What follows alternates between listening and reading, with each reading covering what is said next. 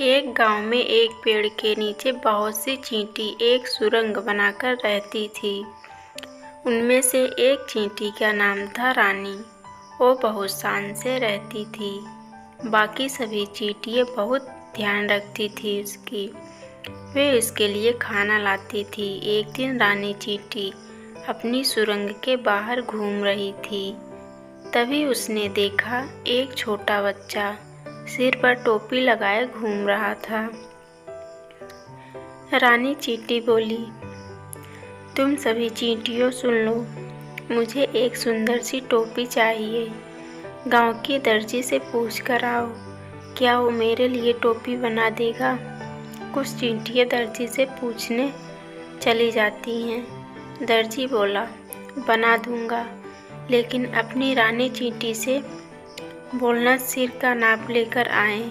चींटियाँ वापस आकर रानी चींटी को सारी बात बताती हैं। रानी चींटी बोली, उससे बोल दो वह कल मेरा नाप लेने आ जाएगा मेरे घर पे।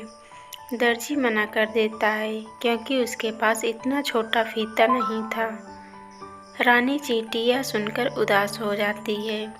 उसे देखकर बाकी सारी चींटियाँ भी परेशान हो जाती हैं। फिर वे एक ऐसी दर्जी की तलाश में जाती हैं जो रानी चींटी के लिए फिर टोपी बना सके, लेकिन उन्हें कोई नहीं मिलता है। इधर रानी चींटी को कुछ भी अच्छा नहीं लग रहा था। रानी चींटी बोली, काश कोई मेरे लिए सुंदर सी टोपी बना देता। वहीं पास में दूसरे बिल में एक चूहा रहता था। वह रानी चींटी की बात सुन लेता है। चूहा उसके पास जाता है। बोला, बहन चिंता मत करो, मेरी पत्नी तुम्हारे लिए टोपी बना देगी। यह सुनकर रानी चींटी बहुत खुश हो जाती है।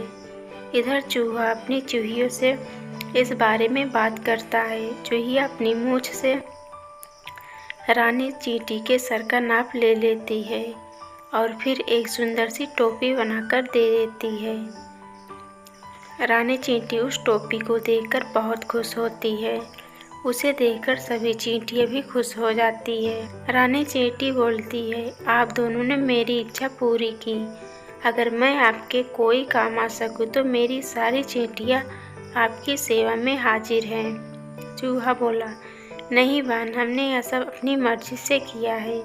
रानी चींटी बोली, वैसे आपको कभी भी हमारी ज़रूरत हो तो हम आपके लिए अपनी जान भी दे देंगे। कुछ दिन बाद गांव में बहुत तेज़ बारिश होती है। चूहा चूहिया और सारी चींटियाँ पेड़ के ऊपर चढ़ जाती हैं। तभी एक हाथी बारिश में नहाता हुआ वहां से गुजर रहा था। चूहा उसे देखकर हंसने लगा।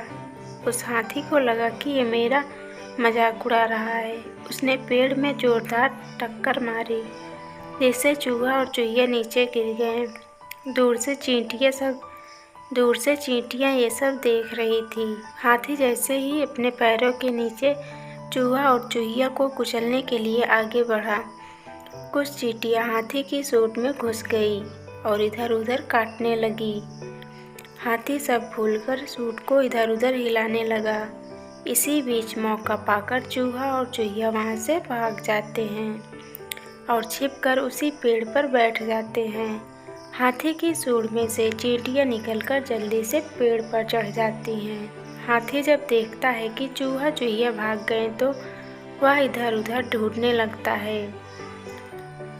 कुछ देर बाद वह वापस जंगल में चला जाता है।